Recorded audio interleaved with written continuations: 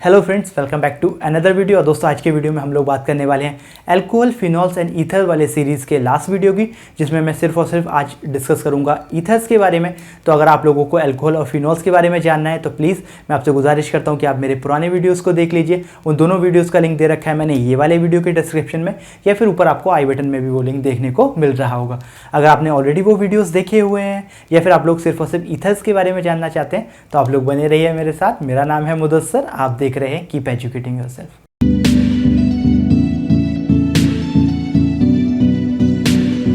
तो दोस्तों, ether start करने से पहले मैं उसका एक जनरल फार्मूला आपको लिख के दिखा देता हूँ। तो कोई ईथर होता है हमारा RO और R। अब क्या हो सकता है, ये देखो दो R ग्रुप सेम भी हो सकते हैं या डिफरेंट भी हो सकते हैं। तो इनकी हम लोग पहले बात करते हैं नेमिंग की। तो दोस्तों, नेमिंग सबसे पहले स्टार्ट करते हैं एक बहुत ही अच्छे दिखने वाले ईथर से। देखो, ये बिल्कुल एक चिड़िया के जैसा ईथर लग रहा है। ये है क्या एक्चुअली, ये कुछ नहीं है आपका, ये कुछ इस तरह का है CH3 CH2O CH2 CH3। ठीक। अब देखो, इसमें जब भी हम कभी ईथर की नेमिंग करेंगे ना, तो ईथर्स में देखो दोस्तों दो पार्ट रहते हैं, एक ऑक्सीजन के इस साइड है, एक ऑक्सीजन के उस साइड है। अभी तक आपने जितनी भी नेमिंग देखी है वहाँ पे क्या होता है कि जैसे अल्कोहल देखा आपने, लास्ट में ऑल लगा दिया, या आपने हेलो एल्किन्स और हेलो एरिन्स देखा, वहाँ पे उस हिसाब से लगा दिया। लेकिन कहीं पे भी ऐसा नहीं है कि जो हमारा एक कोई भी एंटिटी हो वो दो साइड से घिरी हुई हो। यहाँ पे ऐसा क्या है कि जो ऑक्सीजन है वो दो साइड से सराउंडेड है, एक इस साइड से और एक इस साइड से। तो हम लोग क्या करेंगे, हर एक साइड को एक नाम देंगे। फर्स्ट पार्ट को हम लोग बोलते हैं एल्कोक्सी और दूसरे पार्ट को बोलते हैं एल्केन। अब आप लोग डिसाइड कैसे करेंगे कि कौन सा पार्ट हमारा एल्कोक्सी होगा, कौन सा एल्केन होगा? तो बहुत सिंपल सा तरीका ये है दोस्तों कि जैसे फॉर एग्जांपल यहाँ पे अगर हम देखें तो इधर तो क्या है कि ऑक्सीजन के देखो इधर भी दो कार्बन है, इधर भी दो कार्बन है, तो यहाँ पे तो दोनों बराबर है। तो चाहे किसी को अब एल्कोक्सी बना दो, किसी को भी एल्केन बना दो, चलेगा। लेकिन जब भी कभी कैसा होगा, अनसिमेट्रिकल ईथर होगा, मतलब जहाँ पे कार्बन नंबर बराबर नहीं होंगे। तो हम लोग क्या करेंगे, जहाँ पे कार्बन ज़्यादा होंगे उस साइड को एल्केन मानेंगे और दूसरी साइड को हम एल्कोक्सी बना देंगे। तो धीरे धीरे, हाँ, तो उसको दोस्तों धीरे धीरे करके हम डिस्कस करते हैं। पहले इसका नाम लिख लेते हैं। तो देखो, जैसे कि अगर ऐसे इतना आपने मान लिया एल्केन है ये, तो कितने दो कार्बन का है, मतलब क्या होगा, ईथेन होगा ये, राइट। अब उसके बाद में क्या बचा हमारा एल्कोक्सी ग्रुप। तो एल्कोक्सी ग्रुप क्या होगा, यहाँ से लेके ऑक्सीजन तक। अब ये भी दो कार्बन का है, तो ये क्या होगा आपका इथॉक्सी। तो इसका दोस्तों नाम क्या होगा, इसका नाम हो जाएगा, देखो रेड वाला हो गया इथॉक्सी और ब्लू वाला हो गया ईथेन। तो इतना सिंपल सा नाम है इथॉक्सी ईथेन। ये हो गया हमारा आईयूपैक नेम। अगर हम कॉमन नेमिंग की बात करें तो वो और भी सिंपल है। उसमें क्या करना है, सिर्फ दोनों साइड के एल्काइल ग्रुप देखने। देखो, इधर भी इथाइल ग्रुप है दो कार्बन वाला, इधर भी इथाइल ग्रुप है, तो इसका बहुत सिंपल सा नाम हो गया डाई इथाइल ईथर। ये हो गया इसका कॉमन नेम, ये आईयूपैक नेम, ये हो गया कॉमन नेम। अब आगे चलते हैं दोस्तों, थोड़ा सा और एग्जांपल्स लेते हैं ताकि जो है हम लोगों को इसकी नेमिंग अच्छे से क्लियर हो जाए। तो एक ये एग्जांपल लेते हैं सिंपल सा। ये देखो, एक तरफ मान लो CH3O है, ठीक है, और दूसरी साइड क्या लगा हुआ है, मैं राइट पेन से लिख देता हूँ। दूसरी साइड लेट्स से कि हमारे पास तीन कार्बन है, तो CH2 CH2 CH3। देखो होगा क्या, जहाँ पे ज़्यादा कार्बन होंगे वो वाली साइड हमारी एल्केन हो जाएगी। देखो यहाँ पे तीन कार्बन है, इधर एक ही है, तो ये पार्ट क्या हो गया एल्केन। एल्केन में भी देखो कितने कार्बन का है, ये तीन, मतलब क्या बना हमारा प्रोपेन। और यहाँ पे क्या बचा, ये वाला O तक क्या कौन सा ग्रुप बचा, मिथॉक्सी। जो हमारा ये ब्लू वाला पार्ट है, ये क्या हुआ, ये हमारा एल्कोक्सी, या फिर एक कार्बन है तो ये हो गया हमारा मिथॉक्सी, राइट। और ये कितना बचे, तीन कार्बन है, तो ये क्या हुआ प्रोपेन। ये हमें जो है सबको एक ही साइड लिखना है, मिथॉक्सी प्रोपेन, ओके। और यहाँ पे एक चीज़ और आप देख सकते हो, क्योंकि देखो ये तीन कार्बन है, तो अगर हम इसकी नेमिंग करें 1 2 3 नंबर डालें इस पर, तो ये आपका फर्स्ट कार्बन आएगा, तो उसको आप लोग 1 मिथॉक्सी प्रोपेन भी लिख सकते हो। अगर हम इसकी आईयूपैक, ये तो आईयूपैक नेम हो गया। अगर हम कॉमन नेम की बात करें तो एक तरफ हमारे पास मिथाइल ग्रुप है, एक तरफ कौन सा है, प्रोपाइल ग्रुप है, तो हम दोनों को लिख सकते हैं। तो उसका नाम क्या हो जाएगा, मिथाइल प्रोपाइल ईथर। ठीक, ये इतना सिंपल हो गया। अब देखो, अगर सेम ही मैं रहने दूँ मॉलिक्यूल और थोड़ा सा उसमें चेंज कर दूँ, जैसे कि फॉर एग्जांपल इधर तो CH3O ही रहने दिया, मैंने यहाँ पे क्या कर दिया, जो तीन कार्बन थे ना उनको कुछ एक ऐसा कर दिया कि एक बार क्या होता है, चेन बना दिया एक, ठीक है। तो ये भी होगा CH। हाँ, तो अब आप इसकी नेमिंग कैसे करोगे, देखो ये तो हमारा वही रहेगा, मिथॉक्सी ग्रुप भी छोटा है, बाकी इधर तीन कार्बन है। अब तीन कार्बन में आप सोच रहे होगे कि अब हमने कैसे नेमिंग करें, तो थोड़ी देर के लिए क्या है, इस वाले मिथॉक्सी वाले पार्ट को आप भूल जाओ। मिथॉक्सी वाले पार्ट को भूल जाओ, तो बेसिकली क्या है, 1 2 3 तीन कार्बन है हमारी, सिंपल, मतलब क्या प्रोपेन ही है, राइट। देखो ज़रा, एक कार्बन, दूसरा कार्बन, तीसरा कार्बन, प्रोपेन है। अगर हम इसकी नेमिंग कर ले तो क्या होगा, 1 2 3, ठीक। तो अब यहाँ पे ये देखो आपकी जो आपका मिथॉक्सी वाला पार्ट है वो कौन से कार्बन से अटैच है, वो सेकंड कार्बन से अटैच। तो उसका दोस्तों नेम क्या होगा, इसका नेम होगा आपका 2 मिथॉक्सी प्रोपेन। अब देख लो जरा दोनों में डिफरेंस, ये था हमारा 1 मेथॉक्सी प्रोपेन, ये हो गया 2 मेथॉक्सी प्रोपेन। अब कॉमन नेम की अगर बात करें तो देखो है तो यही क्या प्रोपेन ग्रुप है, लेकिन अब ये क्या होगा, एक आइसोप्रोपाइल ग्रुप हो गया। याद करो मैंने बताया था ना फर्स्ट वाले वीडियो में आइसो ग्रुप्स कैसे होते हैं, तो ये हो गया हमारा आइसोप्रोपाइल ग्रुप, और ये कैसा हो गया हमारा मिथाइल ग्रुप। तो इसका नेमिंग क्या होगी दोस्तों, आइसोप्रोपाइल मिथाइल ईथर। अब देखो इन दोनों में भी क्या डिफरेंस आया, यहाँ पे हम लोग जो कॉमन नेमिंग भी करते हैं ना वो भी अल्फाबेटिकल ऑर्डर में करते हैं। तो एम पहले आ रहा था तो इसलिए मिथाइल प्रोपाइल ईथर लिखा था, लेकिन अब क्योंकि ये आइसोप्रोपाइल ग्रुप हो गया तो आई से आ रहा है, आई क्या एम से पहले आता तो ये आइसोप्रोपाइल मिथाइल ईथर हो गया। लेकिन अगर आप अपनी एनसीईआरटी में देखोगे तो उन्होंने क्या रखा है, इसको उल्टा दे रखा है, इन्होंने इसको मिथाइल आइसोप्रोपाइल ईथर दे रखा है। तो मेरी हो सकता है मेरी एनसीईआरटी पुरानी है एक्चुअली, तो शायद उन्होंने अब उसको करेक्ट कर लिया हो। अगर अभी भी नहीं करेक्ट किया है तो आप लोग इसको अल्फाबेटिकल ऑर्डर में ही लिखे, ओके। तो ये हो गया हमारा isopropyl methyl ether common name, और ये हो गया हमारा आयुपैक नेम, ठीक। अब दोस्तों चलो थोड़ा सा और आगे चलते हैं, ये नेमिंग तो हो गई। अब आप ऐसे अज्यूम करो कि जैसे ये हमारा ऑक्सीजन है, यहाँ पे क्या लगा है, एक बेंजीन रिंग लगा हुआ है, ठीक है। अब बेंजीन रिंग होता है क्या है, तो बेंजीन रिंग में क्या होता है 6 कार्बन होते हैं, 6 हाइड्रोजन होते हैं, लेकिन एक बॉन्ड बन गया तो एक हाइड्रोजन हट गया होगा, C6H5 बेसिकली ऐसा ही C6H5O। और यहाँ पे अब क्या मान लो, यहाँ पे लेट्स से कि हम ले लेते हैं कुछ भी 1 2 3 4 कार्बन ले लेते हैं और यहाँ पे लगा देते हैं CH3, ओके। तो ये कितना हो जाएगा, ये हो जाएगा आपका CH2 और ये भी हो जाएगा आपका CH2, राइट।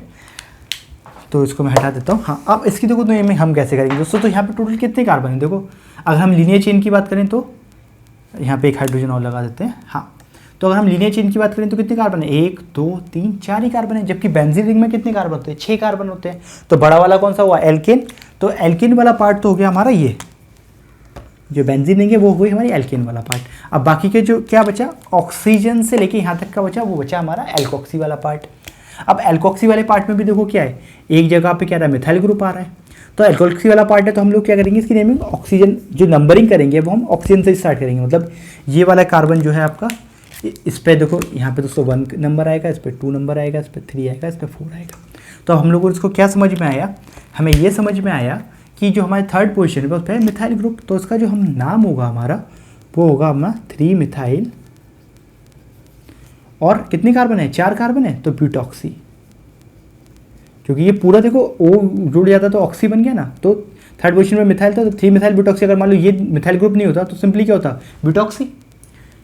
तो 3 मिथाइल ब्यूटॉक्सी, और यहाँ पे क्या है, बेंजीन, ये इसका नेम हो गया। बेंजीन इसलिए क्योंकि वो नंबर ऑफ कार्बन ज़्यादा थे, इसलिए हमने उसको एल्केन बनाया, ठीक।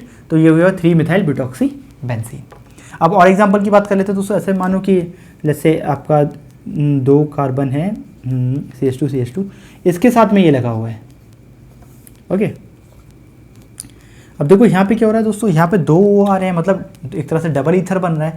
तो हम लोग क्या करेंगे, जो हमारा बड़ा कार्बन चेन है वो यही है 2 कार्बन का, एक पे 1 लिख दिया, एक पे 2 लिख दिया।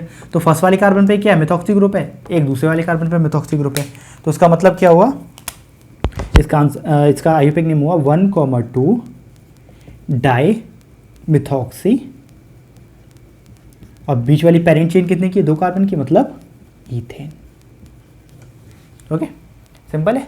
फिर से देखो 1,2 डाई मिथॉक्सी ईथेन, 1,2 दोनों पे क्या है, मिथॉक्सी ग्रुप है, तो डाई मिथॉक्सी ईथेन, ओके।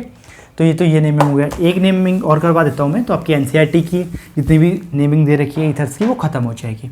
वो देखो उसमें क्या है, अब इसमें बना एक साइक्लोहेक्सेन, ठीक है। ध्यान रखना इसमें ये साइक्लोहेक्सेन है, बेंजीन रिंग नहीं है, साइक्लोहेक्सेन। और यहाँ से आपका जुड़ा है जैसे ये एक मिथॉक्सी ग्रुप। अब देखो उसकी आप नेमिंग कैसे करोगे, तो एक चीज़ तो आपको ऑलरेडी अब क्लियर हो चुकी है अभी तक की, जो हमारा साइक्लोहेक्सेन है 6 कार्बन होंगे इसमें, तो इसका मतलब ये हमारा एल्केन वाला पार्ट होगा, और जो बाकी का बचा वो होगा हमारा कौन सा, मिथॉक्सी वाला या फिर एल्कोक्सी वाला पार्ट। तो ये तो बहुत ही सिंपल है, ये क्या है हमारा, हमें सीधा सीधा दिख रहा है, ये है हमारा मिथॉक्सी और ये होगा हमारा एल्केन। अब देखो इसमें क्या होगा दोस्तों, थोड़ी देर के लिए फिर से भाई मिथॉक्सी वाले पार्ट को भूल जाओ आप। तो अगर मैं सिर्फ इसका नेमिंग पूछूं तो इसका नेम आप क्या बताओगे, इसका नेम आप बताओगे 1,1 डाई मिथाइल साइक्लोहेक्सेन, ठीक, 1,1 डाई मिथाइल साइक्लोहेक्सेन। लेकिन उसके बाद क्या हुआ, जब अगर आपने ये 1 पोजीशन दे दी तो आपको फिर ये कौन से, ये 2 पोजीशन पे आ जाएगा, ठीक। तो उसका नेमिंग क्या हुआ, इसका नेम हुआ बहुत सिंपल सा 2-मिथॉक्सी 1,1 डाई-मिथाइल साइक्लोहेक्सेन। अब आप लोगों में से बहुत सारे लोग ये सोच रहे होंगे कि हमने इसको 1 पोजीशन क्यों नहीं माना, इससे तो हमारा जो है ईथर वाला ग्रुप जुड़ा हुआ है। तो देखो अगर दोस्तों हम इसको थोड़ी देर के लिए अगर 1 पोजीशन मानते तो हमारी नेमिंग क्या होती, हमारी नेमिंग होती 1-मिथॉक्सी और फिर ये क्या लगाते हैं हम 2,2 लगाते हैं। अब देखो हम लोग जब भी कभी नेमिंग करते हैं तो कुछ इस तरह से करते हैं कि कम से कम नंबर आए। तो अगर देखो यहाँ पे 2 आ रहा है तो ये 1-1, तो अब आप देखो कौन सा सेट छोटा है, यहाँ पे आ रहा है 2-1-1, यहाँ पे क्या रहा है 1-2-2। तो अगर आपको इनको ऐड भी करके देखोगे तो भी क्या होगा कि ये वाला हमारा ज़्यादा बैठेगा नीचे वाला, तो हमें इसलिए ये वाला इसको ये गलत है, सही बिल्कुल यही है। तो इसलिए अगर कभी भी ऐसा कन्फ्यूजन हो ना तो पहले एल्केन को अलग से सेपरेटली बना के देख लो आप। तो आपने ये देखा कि इस पर आ रहा है ये, और फिर आपको सेकेंड पोजिशन पर आपने मिथॉक्सी लगा दिया, ठीक। तो इसका जो नेमिंग रहेगा वो यही रहेगा 2-मिथॉक्सी 1,1 डाई-मिथाइल साइक्लोहेक्सेन। तो दोस्तों यहाँ पे हमारी नेमिंग खत्म होती है। अगर आपको इसके अलावा कुछ और भी प्रॉब्लम्स है इसके नेमिंग में जो या आपकी एनसीईआरटी में मान लो कहीं पे और दे रखा है जो मैंने डिस्कस नहीं किया है, या फिर अभी आप कभी किसी और एग्जाम में आपको उस तरह का कोई भी क्वेश्चन देखा है जो नेमिंग से रिलेटेड हो और मैंने कवर नहीं किया है या आपको समझ में नहीं आ रहा है, तो आप लोग उसको कमेंट बॉक्स में लिख दीजिए। अब हम लोग आगे की तरफ चलते हैं। तो दोस्तों बात करते हैं मेथड्स ऑफ प्रिपरेशन की। तो यहाँ पर हमारे पास सिर्फ 2 ही मेथड्स ऑफ प्रिपरेशन है। पहला जो मेथड ऑफ प्रिपरेशन है वो है हमारा bye dehydration of alcohol, dehydration of alcohols. ये आपने ऑलरेडी पहले पढ़ा हुआ है। कब पढ़ा हुआ है, जब मैंने एल्कोहल्स की केमिकल रिएक्शंस की बात कर रहा था। तो देखो उसको अभी डिस्कस कर लेते हैं, बहुत ही सिंपल सा है। कोई भी एल्कोहल ले लो, फॉर एग्जांपल हम लोग ले लेते हैं एथेनॉल CaCH2OH। इसको हम लोग किससे डिहाइड्रेशन कर रहे हैं, कब कर रहे हैं, देखो डिहाइड्रेशन हम मोस्टली करते हैं किसकी प्रेजेंस में, H2SO4 की प्रेजेंस में। अब होता क्या है वहाँ पे, पहले हम लोगों ने जब ये पढ़ा था कब एल्कोहल्स की जब हम बात कर रहे थे उनकी केमिकल रिएक्शन की, तो डिहाइड्रेशन ऑफ एल्कोहल से के हमें क्या बन रहा था, डिहाइड्रेशन ऑफ एल्कोहल से हमें मिल रहा था एल्कीन। लेकिन इस वाली केस में क्या होगा दोस्तों, इस वाली केस में हमें डिहाइड्रेशन ऑफ एल्कोहल से हमें मिलने वाला है ईथर। कौन सा ईथर मिलने वाला है, वो मिल रहा है ये वाला CH3CH2O CH2CH3, मतलब डाई इथाइल ईथर या फिर इथॉक्सी इथेन। अब इन दोनों में ऐसा क्या डिफरेंस हो गया दोस्तों कि एक बार डिहाइड्रेशन कर रहे हैं तो एल्कीन बन जा रहा है, दूसरी बार कर रहे हैं तो ईथर बन जा रहा है। तो सिर्फ और सिर्फ यहाँ पर डिफरेंस है वो है टेम्परेचर का। ये जो रिएक्शन होती है वो होती है रफली 443 केल्विन के आसपास, और ये होती है 413 केल्विन। मतलब यहाँ पे जो डिफरेंस है वो 30 डिग्री केल्विन का या 30 डिग्री सेल्सियस का डिफरेंस है। तो सिर्फ टेम्परेचर का डिफरेंस करने पे हमारा क्या हुआ कि पहले एल्कीन बना था, अब बन गया ईथर। तो ऐसा हुआ कैसे, मैं आपको उसका मैकेनिज्म बता देता हूँ अभी लिख के। तो हम लोग स्टार्ट करते हैं दोस्तों मैकेनिज्म की। तो ये ले लेते हैं, पहला देखो हमारा क्या होगा, वही एल्कोहल होगा। तो इसको मैं लिख देता हूँ CH3CH2OH। जो फर्स्ट है हमारा वो क्या होगा दोस्तों, वो होगा प्रोटोनेशन ऑफ एल्कोहल। हमने पहले भी पढ़ा था कि एल्कोहल के पास लोन पेयर होते हैं, तो ये क्या करेगा, हमारा जो ये प्रोटोन है उस पर ये वाला ऑक्सीजन अटैक कर देगा, राइट। तो ये हो गया हमारा प्रोटोनेशन ऑफ एल्कोहल। देखो लिख लेते हैं CH3CH2OH जो था उसके साथ साथ यहाँ पे एक और हाइड्रोजन आके लग गया। एक और हाइड्रोजन आने की वजह से यहाँ पे क्या गया, पॉजिटिव चार्ज आ गया, क्योंकि ऑक्सीजन अब 3 बॉन्ड बना रहा है, ठीक। तो अभी नेक्स्ट स्टेप क्या होगी दोस्तों, नेक्स्ट स्टेप क्या होगी, ये क्या करेगा, इस वाटर मॉलिक्यूल को सोचेगा कि कैसे भी करके ये हमारा हट जाए, और ऑक्सीजन फिर से देखो ऑक्सीजन क्या करेगा, ये वाला बॉन्ड के इलेक्ट्रॉन अपनी साइड ले लेगा और H2O बाहर निकाल देगा। क्या हुआ, हमारा H2O चला गया। अब बचा यहाँ पे कितना, CH3CH2 पॉजिटिव। अब क्या होगा, ये वाला जो CH3CH2 पॉजिटिव है इस पर एक दूसरा मॉलिक्यूल ऑफ एल्कोहल अटैक कर देगा। कैसे करेगा, देखो दिखाता हूँ। CH3CH2OH है, राइट। OH के पास लोन पेयर है, ये क्या करेगा, लोन पेयर इस वाले कार्बन पर अटैक कर देगा, क्योंकि अब क्यों हो रहा है ऐसा, इस वाले कार्बन, ये वाला कार्बन हो चुका है हमारा पॉजिटिवली चार्ज, एक H2O बाहर निकल गया है। तो बनेगा क्या प्रोडक्ट, देखो ऐसे लिख के दिखा देता हूँ। तो ऊपर वाला लिख रहा हूँ मैं CH3CH2 तक, तो ऊपर से आ जाएगा हमारा, और नीचे से क्या आ जाएगा, नीचे आ जाएगा ये वाला O CH2 और CH3। अब यहाँ पे भी एक हाइड्रोजन बच गया क्योंकि यहाँ पे पहले से था, तो उसकी वजह से यहाँ पे क्या होगा, प्लस का चार्ज आ जाएगा। ये क्या करेगा, सिंपली इस वाले प्रोटॉन को बाहर निकाल देगा, डीप्रोटोनेशन कर लेगा। डीप्रोटोनेशन करते ही आपका क्या बन गया, वो बन गया आपका ईथर। लिख देता हूँ C2H5O C2H5 शॉर्ट में। तो देखो बन गया आपका ईथर। पहले डिफरेंस क्या हो रहा था दोस्तों, जब हम लोग हाई टेम्परेचर पर इसको कर रहे थे, तो जैसे ही ये वाटर मॉलिक्यूल बाहर निकल रहा था, वो क्या कर रहा था, यहाँ से एक हाइड्रोजन को और बाहर निकाल दे रहा था और डबल बॉन्ड क्रिएट कर ले रहा था। लेकिन इस केस में क्या टेम्परेचर कम है, तो दूसरे अल्कोहल ने अटैक कर दिया और हमारा बन गया ईथर। तो ये हमारा फर्स्ट पार्ट की बात खत्म हो गई दोस्तों। अब हम आते हैं सेकंड मेथड ऑफ प्रिपरेशन पे, जो कि है विलियमसन सिंथेसिस। तो काफ़ी इंपॉर्टेंट है, इसको आप लोग थोड़ा सा ध्यान से समझ लेना। विलियमसन सिंथेसिस, तो ये काफ़ी बार पूछा भी जाता है, तो इसको हम लोग देख लेते हैं। बहुत ही सिंपल सा है, बस थोड़ा सा ध्यान से देखने की ज़रूरत है। इसमें होगा क्या दोस्तों, एक हमारे पास एल्काइल हैलाइड लेंगे हम, एक क्या लेंगे, एक हम लेंगे उसके साथ साथ फिनॉक्साइड। देखो अभी मैंने दिखाया था ना एल्कोहल की, जब भी कभी सोडियम मेटल से रिएक्शन होती है तो क्या बन जाता है, हाइड्रोजन हट जाता है और ये फिनॉक्साइड आयन बन जाता है। इन दोनों की रिएक्शन होगी तो बनेगा क्या हमारा, देखो यहाँ से ये वाला आर आ गया, ठीक, और उसके वाला होगा क्या यहाँ पे, ये Na और X आपस में बॉन्ड बना लेंगे, मतलब यहाँ से हाइड्रोजन हट गया, यहाँ से सोडियम हट गया, तो यहाँ पे तो ये बचे ROR, ठीक, ये आपका ईथर बन गया प्लस NaX। तो दोस्तों यही है आपकी विलियमसन सिंथेसिस रिएक्शन। अब इसमें है क्या, इसमें इंपॉर्टेंट क्या है वो मैं अभी आपको बताता हूँ। इसमें इंपॉर्टेंट दोस्तों नंबर 1 तो बात ये होती है SN2 मैकेनिज्म के थ्रू, मतलब ये SN2 मैकेनिज्म को फॉलो करती है। अब SN2 मैकेनिज्म जो आपको याद करो, मैंने ऑलरेडी आपको हेलो एल्किन्स और हेलो एरीन्स वाले चैप्टर में बताया था, फिर भी ब्रीफली अभी बता देता हूँ। SN2 में क्या होता था, बायोमोलिकुलर रिएक्शन है, रिएक्शन एक सिंगल स्टेप में होती थी, और क्या होता था सेम टाइम पे, जिस टाइम पे एक हमारा ये हैलोजन हट रहा होता था उसी टाइम पे दूसरा न्यूक्लियोफाइल आके बॉन्ड बना रहा होता था। तो हमने तब क्या देखा था कि हमारा जो प्राइमरी एल्काइल हैलाइड्स होते हैं वो सबसे अच्छी रिएक्टिविटी शो करते हैं SN2 के लिए। तो इसका मतलब कि हमारे इस एल्काइल हैलाइड को प्राइमरी होना चाहिए तभी ये रिएक्शन होगी। ठीक है सर, मान लिया बात। लेकिन अगर किसी ने बोला कि भाई आप मेरे को एक ऐसा एल्काइल हैलाइड बना, सॉरी एक ऐसा ईथर बना के दिखाओ, कैसा ईथर, ये वाला ईथर। अब आप सोचोगे यार ये तो बहुत ही डिफिकल्ट हो गया, अभी मैं बोल रहा हूँ यहाँ पे कि ये जो एल्काइल हैलाइड तो प्राइमरी होना चाहिए। अगर प्राइमरी होना चाहिए तो फिर हम ऐसा ईथर कैसे बनाएं, तो उसमें हम लोग क्या करेंगे दोस्तों, जो एल्काइल हैलाइड वाला पार्ट है उसको तो प्राइमरी ले लेंगे, जैसे कि देखो ये हुआ मेरा एल्काइल हैलाइड, राइट। उसके अलावा जो हमारा कौन सा न्यूक्लियोफाइल जो पार्ट है या फिर जो हमारा एल्कोक्साइड आयन है उसको हम ले लेंगे टर्शियरी वाला CH3, ठीक, और इन दोनों की करवा देंगे, रिएक्शन बन जाएगा हमारा ये। क्योंकि देखो अभी क्या है कि ये प्राइमरी है तो आराम से हमें देखो देखना क्या है, हमें इससे मतलब नहीं है कि इनकमिंग न्यूक्लियोफाइल कैसा है, हमें उससे मतलब है कि हमारा जो एल्काइल हैलाइड है वो कैसा है। तो वो तो प्राइमरी है, आराम से रिएक्शन हो जाएगी और देखो यही वाला प्रोडक्ट बन जाएगा। लेकिन अगर आप मुझसे पूछो कि अगर हम इसको टर्शियरी बना दें और इसको प्राइमरी कर दें तो क्या होगा, तो पहली बात तो ये SN2 मैकेनिज्म चलेगा ही नहीं, क्योंकि SN2 को चाहिए प्राइमरी। लेकिन फिर भी चलो हम ज़बरदस्ती करते हैं, ज़बरदस्ती इसको टर्शियरी बनाते हैं, इसको प्राइमरी रखते हैं और देखते हैं क्या होता है। ठीक, तो जो मेरा एल्काइल हैलाइड है उसको मैं लेता हूँ टर्शियरी, CH3, ठीक है, एक CH3 ऐसे बना देता हूँ, ठीक है, और यहाँ पे लग गया हमारा हैलोजन क्लोरीन। अब आप लोग पहले इसमें देखो, ये देखो कि एक CH3 ग्रुप कितना बल्कि होता है, कितना स्पेस लेता है। यहाँ पे भले ही देखने में छोटा सा लग रहा है, लेकिन अगर हम इसकी एक्चुअल बॉन्ड बनाएं तो एक CH3 इतना स्पेस ले रहा है, दूसरा भी सोचो इतना ले रहा होगा, तीसरा भी इतना ले रहा होगा, तो जो क्लोरीन के लिए बहुत ही कम जगह बची। अब हमें SN2 मैकेनिज्म में क्या करना होता है, देखो दूसरा हम यहाँ पे वो भी लिख लेते हैं, हमारा जो दूसरा क्या है, जो न्यूक्लियोफाइल है वो कैसा होगा, वो होगा हमारा CH3O- और Na पॉजिटिव, ठीक है, Na तो हट जाएगा।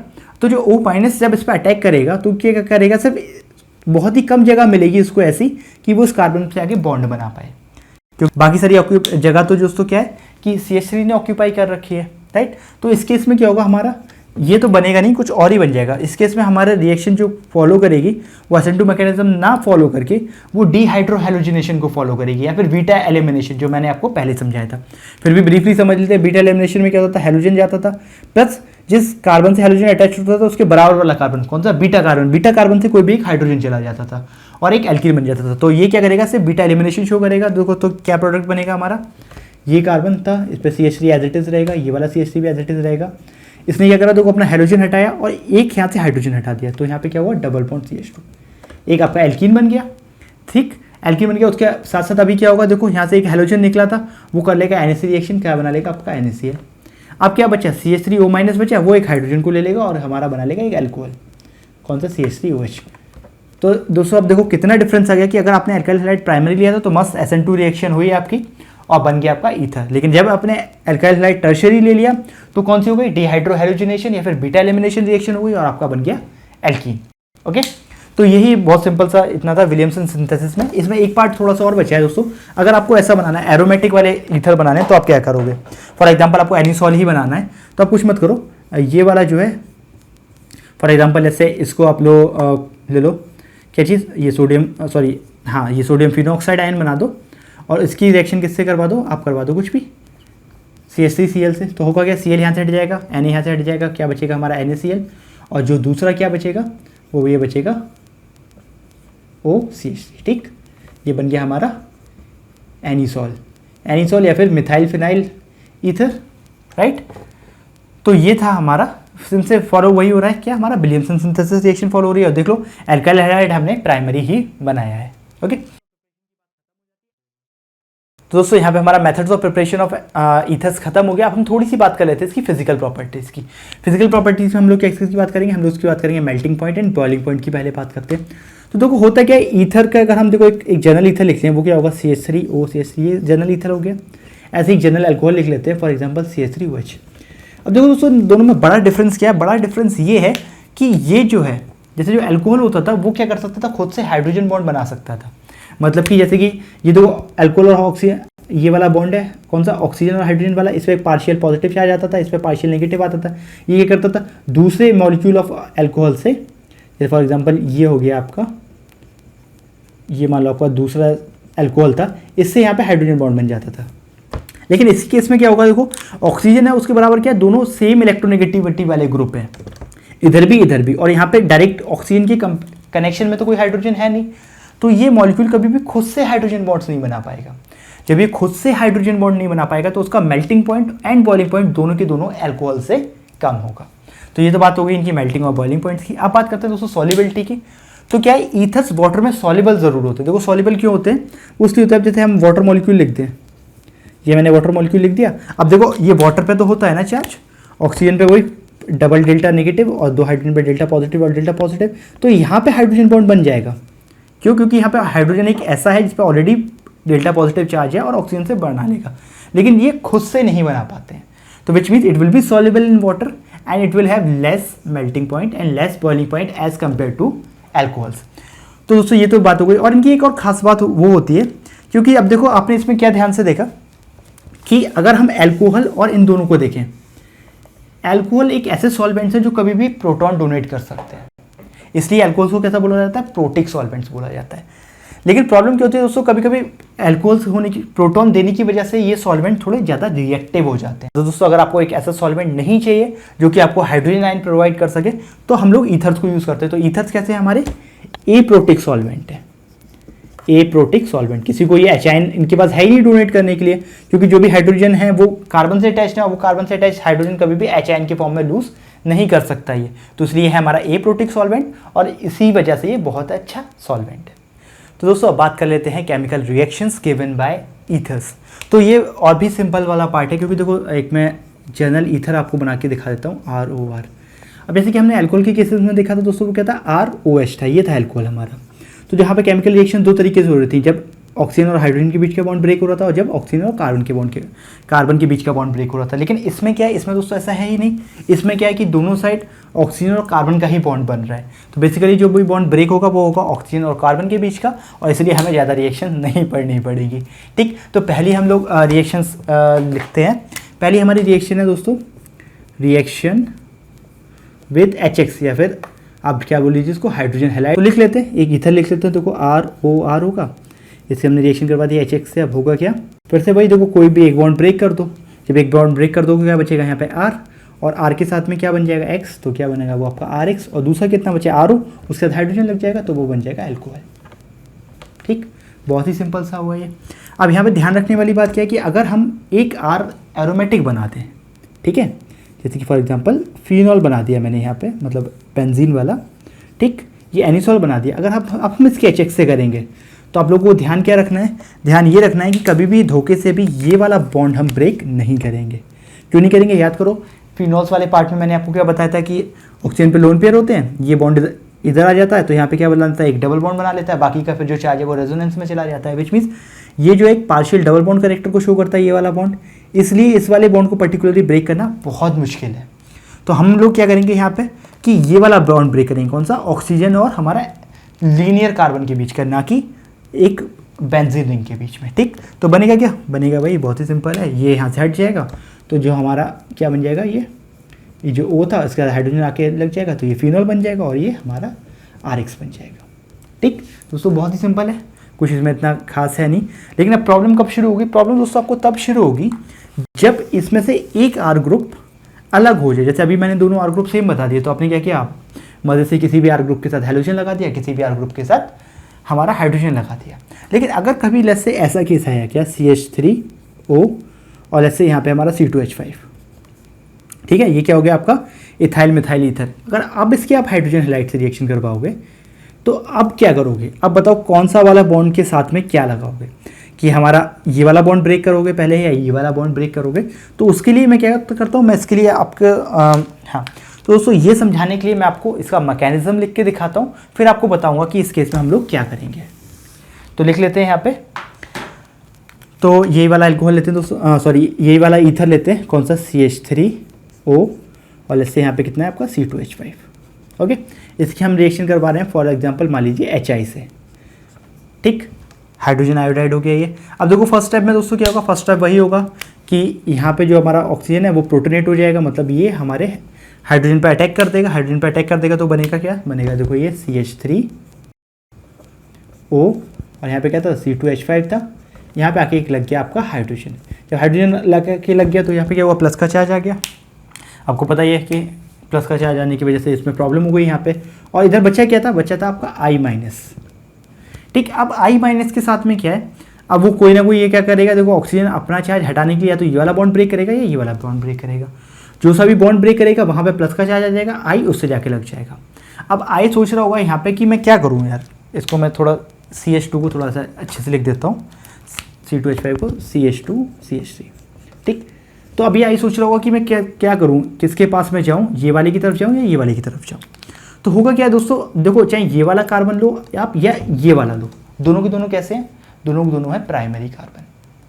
तो अब आप मेरी बात को बहुत ध्यान से सुनना कि अगर हमारा प्राइमरी कार्बन हो या सेकेंडरी कार्बन हो, कौन कौन सा, प्राइमरी या सेकेंडरी, तो क्या होगा, जो हमारा नेगेटिव पार्ट है, जो आयोडीन का आयोडाइड आयन है, वो उस कार्बन के पास में जाएगा या उस साइड जाएगा जहाँ पे कि हमारा कम नंबर ऑफ कार्बन हो, विच मीन्स यहाँ पे जो I- आएगा वो आएगा इस वाले कार्बन के पास में, तो हमारा बन जाएगा यहाँ पे CH3I।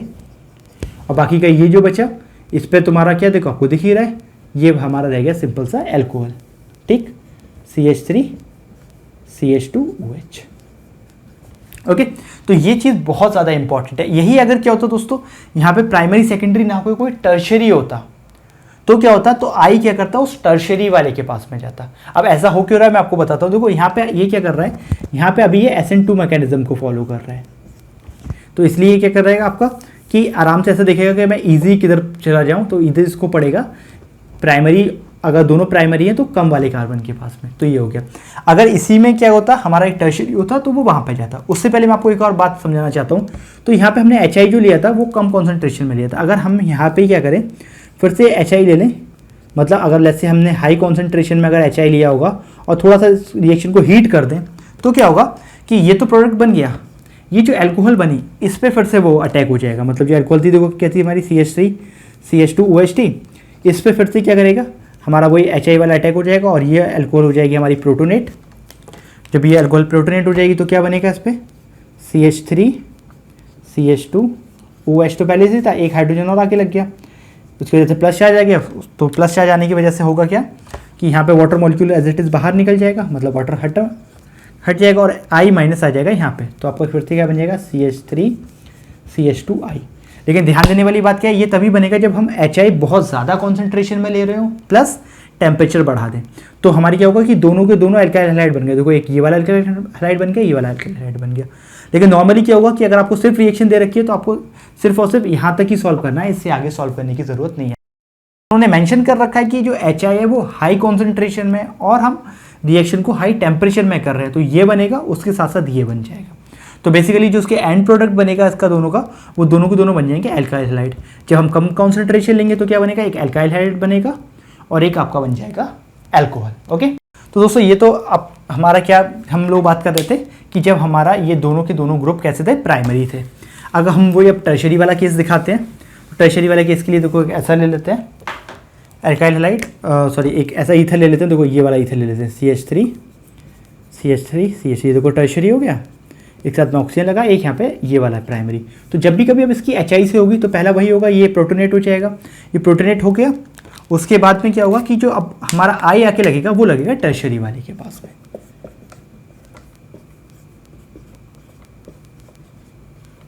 और जो ये बचेगा ये बन जाएगा आपका एल्कोहल CH3OH। ठीक, जबकि प्राइमरी वाले केस में क्या हो रहा था कि हमारा कम कार्बन वाले के पास जा रहा था, लेकिन जब जैसे ही टर्शरी आ गया तो वो चला गया यहाँ पे। अब ये है क्या, देखो यहाँ पे दोस्तों डिफरेंस क्या हुआ दोनों में, कि यहाँ पे जो मैकेनिज्म फॉलो हुआ वो हुआ SN1। अब आप याद करो SN1 में क्या होता था, पहले हम कार्बोकैटायन फॉर्म करते थे, तो वही होगा यहाँ पे। देखो यहाँ पे क्या करेगा, ये वाला ऑक्सीजन वाले हाइड्रोजन पे अटैक कर देगा, तो यहाँ पे हाइड्रोजन आके लग जाएगा, ये क्या करेगा एज इट इज़ बाहर चला जाएगा, तो ये बन जाएगा आपका कार्बोकैटायन। अगर मैं इसको बना के दिखा देता हूँ, ज़्यादा अच्छा रहेगा। देखो इसका मैं ये करवा रहा हूँ, तो क्या बनेगा हमारा CH3 CH3, एक और CH3, यहाँ पे क्या था हमारा O, और ये था CH3, और यहाँ पे आके लग गया एक हाइड्रोजन। ठीक, अब दो पॉसिबिलिटीज हो सकती हैं कि अगर ये वाला बॉन्ड देखो ब्रेक होगा, ठीक, तो इस वाले कार्बन पर प्लस चार्ज आ जाएगा, तो ये बन जाएगा टर्शरी कार्बोकैटायन। अगर ये वाला बॉन्ड ब्रेक होगा तो इस वाले कार्बन पे चार्ज आ जाएगा, तो वो बनेगा प्राइमरी कार्बोकैटायन। तो हमें पता है टर्शरी ज़्यादा स्टेबल होता है, इसलिए यहाँ पे टर्शरी कार्बोकैटायन बनेगा। तो जो आई है हमारा नेगेटिव पार्ट है वो यहाँ पे लग जाएगा। इसका मतलब ये रिएक्शन हुई SN1। जबकि कभी दोनों ग्रुप प्राइमरी थे तो वहाँ पे SN2 रिएक्शन को यूज़ कर रहे थे। ओके गाइस, तो आई थिंक आपको ये समझ में आ गया होगा। अगर आपको ये समझ में आ गया तो आप लोगों के लिए अब है एक क्वेश्चन जो कि है NCERT में आपके दे रखा होगा, और वो क्वेश्चन आपको यहाँ पे भी देख रखा होगा। बेसिकली उन्होंने क्या पूछा है, उन्होंने आपको 3 अलग अलग कंपाउंड दिए हैं और उन तीनों से पूछा है कि अगर हम उन्हें HI के साथ में हीट करें तो क्या क्या प्रोडक्ट बनेंगे। तो देख लेते हैं एक बार सारे कंपाउंड्स को। तो दोस्तों जो फर्स्ट दे रखा है वो आपको कुछ इस तरह से दे रखा है, राइट, और यहाँ पे एक CH3 ग्रुप लगा हुआ है। बाकी सब पूरा कर लेते हैं, ये CH3 हो जाएगा, ये CH2 हो जाएगा, ये CH हो जाएगा, और एक दो ये भी CH2 हो जाएगा ऑक्सीजन, और ये CH3। ठीक, एक तो इसको उन्होंने बोला है HI के साथ में रिएक्शन करवाने के लिए। ठीक है, दूसरा क्या दे रखा है, दूसरा उन्होंने क्या कर दिया है, कुछ इस तरह से दे रखा है CH3 CH2 फिर ऑक्सीजन, और उसके बाद में यहाँ पे क्या बना दिया, यहाँ पे बना दिया उन्होंने ये टर्शरी ग्रुप लगा दिया है CH2 CH3।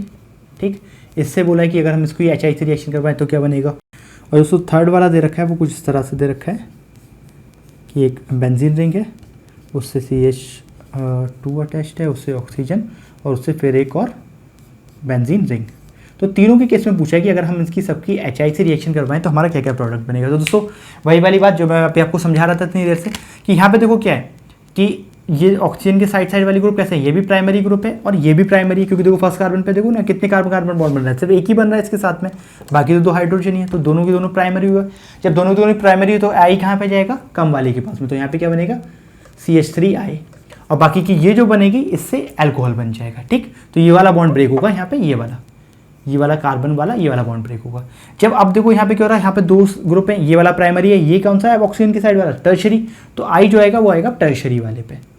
तो जब आपका वो बनेगा वो कैसा बनेगा CH3, ये था हमारा, यहाँ पे आई आ जाएगा, इधर भी CH3 था, और ये क्या था CH2 CH3। ठीक, बाकी का जो ये बचा CH3 CH2 CH2O, इसके साथ में हाइड्रोजन आ जाएगा, तो ये बन जाएगा अल्कोहल हमारा। अब क्या हुआ, अब हमारे पास में क्या हुआ, बेंजीन रिंग आ गई, और बेंजीन और O के बीच का बॉन्ड बताया था बहुत ही स्टेबल होता है, पार्शियल डबल बॉन्ड करेक्टर आ जाता है, इसलिए ये वाला बॉन्ड ब्रेक होगा। ये वाला बॉन्ड ब्रेक होगा तो जो हमारा आई लगेगा वो कहाँ लगेगा, वो यहाँ पे आई लगेगा CH2 के साथ में, CH2I। ओके, क्योंकि इधर लग नहीं, ये बॉन्ड ही ब्रेक नहीं होगा, अब ये बॉन्ड ब्रेक नहीं होगा तो यहाँ पे तो कभी लगेगा नहीं, सिर्फ ये वाला ब्रेक होगा। बाकी ये दूसरा क्या बन जाएगा, यहाँ पे ये फिनॉल बन जाएगा, ये O था, इसके साथ में हाइड्रोजन आ जाएगा, तो ये बन गया आपका फिनॉल। तो दोस्तों ये सारे क्वेश्चन आपके NCERT के हैं, अगर आपको समझ में आ गया तो बहुत अच्छा है, क्योंकि इससे ज़्यादा आपको डिटेल में कोई और नहीं पूछेगा। ओके, तो दोस्तों अब बात कर लेते हैं second type of chemical reactions, या फिर बोले last type of chemical reactions given by ethers. तो वो है हमारा electrophilic substitution reactions, electrophilic substitution reactions. ये दोस्तों बिल्कुल सिमिलर हैं जैसे कि आपने अल्कोहल और फिनॉल के केस में पढ़ी थी। अब देखो होता क्या है, ये जो इलेक्ट्रोफिलिक सब्स्टिट्यूशन रिएक्शन है ये सिर्फ और सिर्फ एरोमेटिक ईथर्स के तो ये जो इलेक्ट्रोफिलिक, हाँ दोस्तों, तो इलेक्ट्रोफिलिक सब्स्टिट्यूशन है रिएक्शन है, ये सिर्फ और सिर्फ एरोमेटिक ईथर्स देंगे। तो जैसे कि कौन सा एरोमेटिक ईथर है वो हम बना लेते हैं, जो कि है आपने बताया था मैंने अभी एनिसोल। एनिसोल क्या है, ये है आपका एनिसोल।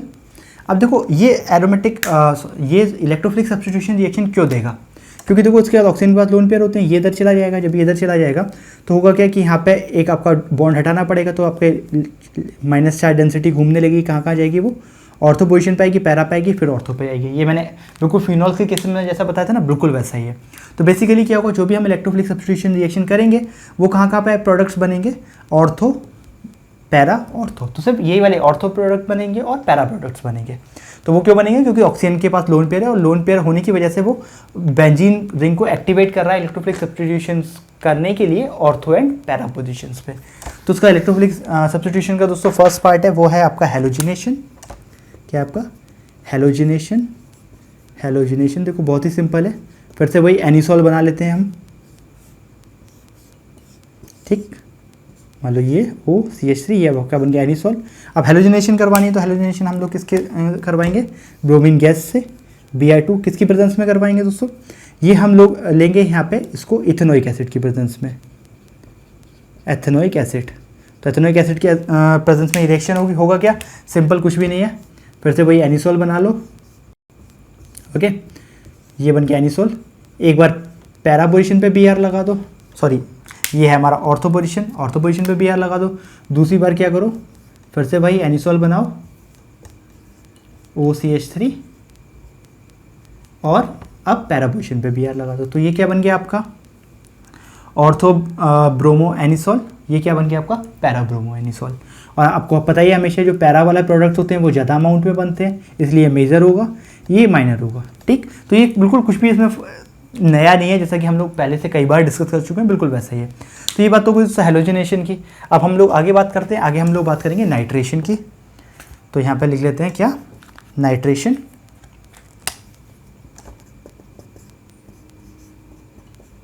Nitration, okay. अब जो नाइट्रेशन में क्या होगा, नाइट्रेशन हम लोग करवाते हैं किससे, H2SO4 और नाइट्रिक एसिड की प्रेजेंस में, H2SO4 एंड HNO3 की प्रेजेंस में। तो होगा क्या, फिर से भाई एक बार क्या होगा यहाँ पे ऑर्थो पोजीशन और एक बार पैरा पोजीशन पे। तो पैरा पोजीशन पे एक बार नाइट्रो ग्रुप आके लग जाएगा, एक बार क्या होगा जो आपका नाइट्रो ग्रुप है वो लग जाएगा आपका ऑर्थो पोजीशन पे। तो ये क्या बन जाएगा आपका, ये बन जाएगा आपका ऑर्थो नाइट्रो एनिसॉल, ये क्या बन जाएगा आपका पैरा नाइट्रो एनिसॉल। रहेगा भाई पैरा वाला मेजर अमाउंट में और ये वाला माइनर अमाउंट में, ठीक। तो हमारी दो रिएक्शंस हो गई है। अब जो थर्ड टाइप ऑफ रिएक्शन है वो है आपकी, वो भी पहले से मैंने आपको बता रखी है, वो है Friedel craft reaction. Friedel crafts reaction. तो ये फ्रीडल क्राफ्ट के दोस्तों दो पार्ट होते हैं, एक होता है एल्काइलेशन, फ्रीडल क्राफ्ट एल्काइलेशन, दूसरा होता है एसाइलेशन। तो पहले हम लोग बात करेंगे एल्काइलेशन की, तो मैं लिख देता हूँ ए हम बात कर रहे हैं यहाँ पे फ्रीडल क्राफ्ट एल्काइलेशन की। तो देखो होगा क्या, फिर से वही अपना बना लेते हैं एनिसॉल, ये बन गया हमारा एनिसॉल। इसकी हम रिएक्शन करवा देते हैं CH3Cl से, क्या हुआ ये क्लोरोमीथेन या फिर मिथाइल क्लोराइड, किसकी प्रेजेंस में, ये होगा आपका एनहाइड्रस ElCl3 की प्रेजेंस में, एल्यूमिनियम ट्राइक्लोराइड। ये क्या करता है, एक तरह से लुईस एसिड की ऐसे काम करता है, मतलब ये जो लुईस एसिड्स होते हैं वो क्या होते हैं, इलेक्ट्रॉन पेयर एक्सेप्टर होते हैं। तो यहाँ पे क्या करेगा, वो इस तरह से इलेक्ट्रॉन्स को लेगा कि हमारा जो है CH3 बेंजीन रिंग पे आके लग जाए। ज़्यादा डिटेल में इसकी जाने की हमें ज़रूरत नहीं है अभी। तो हम लोग एल्काइलेशन में क्या करेंगे, देखो फिर से वही एनिसॉल बना देते हैं जो हमने बनाया है यहाँ पे OCH3। एक बार क्या होगा पैरा पोजीशन पे CH3 आके लग जाएगा और दूसरी बार क्या होगा हमारा, पहले लगा ऑर्थो पोजीशन पे, दूसरी बार लग जाएगा पैरा पोजीशन पे, ठीक। अब इनके देखो नेमिंग क्या होगा। अब अगर आप बेंजीन रिंग पे CH3 लगा देते हो तो बन जाता है क्या बन जाता है, वो बन जाता है टोलुइन। तो ये हमारा क्या होगा, अब जब ये टोलुइन बन गया तो ये क्या होगा हमारा एल्कोक्सी ग्रुप बनेगा, मतलब मिथॉक्सी। तो क्या होगा 2-मिथॉक्सी, फिर से भाई M कैपिटल 2-मिथॉक्सी टोलुइन, ठीक। ये कौन सा होगा, ये अब देखो अगर ये टोलुइन यहाँ पे लगा तो ये 4th पोजीशन पर जाए तो ये जाएगा आपका 4-मिथॉक्सी टोलुइन। बात वही रहेगी, कुछ भी नहीं है, ये मेजर अमाउंट में बनेगा हमेशा क्योंकि ये पैरा वाला आइसोमर है और ये कम अमाउंट में बनेगा। तो ये बात किसकी थी दोस्तों, ये बात थी हमारे एल्काइलेशन की। अब इसी के साथ में बात कर लेते हैं फ्रीडल क्राफ्ट एसाइलेशन की। एसाइलेशन भी बहुत ही सिंपल है, वहाँ पे एसाइल ग्रुप लग जाता है। एसाइल ग्रुप याद करो कैसा था, मैंने आपको बताया था CH3 C double bond O और एक बॉन्ड खाली, ये मैंने बताया था एसाइलेशन। तो एसाइलेशन किसके करवाएंगे हम लोग, ये से करवा देंगे। देखो एक एसिड क्लोराइड ले लेते हैं C double bond O C L. ठीक, ये एसिड क्लोराइड ले लिया। होगा क्या है यहाँ पे, अब यहाँ पे सी एच थ्री रहेगा, उसकी जगह पे क्या लग जाएगा, ये C double bond O C H three. थोड़ा सा और ठीक से लिख देते हैं, C double bond O C H three. ठीक, और दूसरी बार कहाँ लग जाएगा, वो यहाँ पे लग जाएगा, C double bond O C H three. ठीक, अब इसकी देखो नेम क्या होगा। तो नेम लिखने से पहले मैं आपको कुछ एक और नाम का बता देता हूँ। वो क्या है दोस्तों, कभी भी देखो ये वाला जो भी कंपाउंड होगा हमारा, जो ये वाला जो भी है मॉलिक्यूल होगा, ये वाला, तो देखो ये क्या है, एक तरह से ये भी एल्काइल ग्रुप है, ये भी एल्काइल ग्रुप है, तो एक तरह से ये क्या बन रहा है आपका, एक बन रहा है कीटोन, राइट। तो इसका जो कॉमन नेम होता है दोस्तों, वो होता है एसीटोफिनोन। क्या होता है, एसीटोफिनोन। तो देखो क्या हो रहा है, यहाँ पे वही लग रहा है। अगर मैं इसको इतना हटा दूँ तो क्या बन रहा है, एसीटोफिनोन बन रहा है। तो फिर क्या होगा ये, और सेकंड पोजीशन पे हमारा वो आ गया है ईथर, तो 2 मिथॉक्सी एसीटोफिनोन। ओके, ऐसे ये क्या हो जाएगा, ये हो जाएगा 4 मिथॉक्सी एसीटोफिनोन। ये पैरा है तो ये हमेशा ज़्यादा अमाउंट में बनेगा, और ये कम है तो ये बनेगा माइनर अमाउंट में। तो दोस्तों ये थी हमारी फ्रीडल-क्राफ्ट एसाइलेशन रिएक्शन। तो दोस्तों इस चैप्टर में बस इतना ही है, यही बस 2 टाइप ऑफ केमिकल रिएक्शंस थी जो हमारे ईथर्स देते थे। तो मैं उम्मीद करता हूँ दोस्तों आप लोगों को ये चैप्टर समझ में आया होगा। अगर आप लोगों को कुछ भी समझ में नहीं आया है तो हम लोगों से गुजारिश करता हूँ कि नीचे कमेंट बॉक्स में लिखिए, मैं कोशिश करूँगा कि आपको आंसर करूँ। साइड बाय साइड दोस्तों मैंने और क्या सोचा हुआ है अभी, कि ऑर्गेनिक केमिस्ट्री की हमने यहाँ पे 2 चैप्टर कंप्लीट कर लिए। एक हमने हेलो एल्किन्स और हेलो एरीन्स कंप्लीट कर लिया, और यहाँ पे हमने एल्कोहल फिनोल्स और ईथर कंप्लीट कर लिया। तो अगर आप लोगों ने ये दोनों चैप्टर भी अच्छे से समझ लिए हैं तो मैं ये उम्मीद करता हूँ कि आपके आगे आने वाले जो 2 चैप्टर हैं, कौन सा कीटोन वाला जो हमारा एल्डिहाइड कीटोन और कार्बोक्सिलिक एसिड है, प्लस अमीन्स वाला जो चैप्टर है, वो दोनों आपको अच्छे से समझ में आ जाएंगे अगर आपने ये भी अच्छे से समझे हैं तो मैं अब क्या करने वाला हूँ, मैं नेक्स्ट जो वीडियो बनाने वाला हूँ वो बनाने वाला हूँ क्लास 12th के यूनिट 2 की, जो कि है सॉल्यूशंस की। ओके दोस्तों, इसी के साथ मैं उम्मीद करता हूँ कि आपको ये वीडियो पसंद आया होगा और आप लोग समझ गए होंगे ईथर्स के बारे में। अगर आप लोगों को ये वीडियो सच में पसंद आया तो इस वीडियो को लाइक कीजिए, इस वीडियो को अपने दोस्तों के साथ में शेयर कीजिए, और साथ साथ इस चैनल को भी सब्सक्राइब कर लीजिए ताकि मेरे आगे आने वाली वीडियोज़ का नोटिफिकेशन आपको जल्दी से मिल जाए। So again guys, thank you very much for watching this video. Keep educating yourself, educate others too. I will see you guys in my next video. Take care.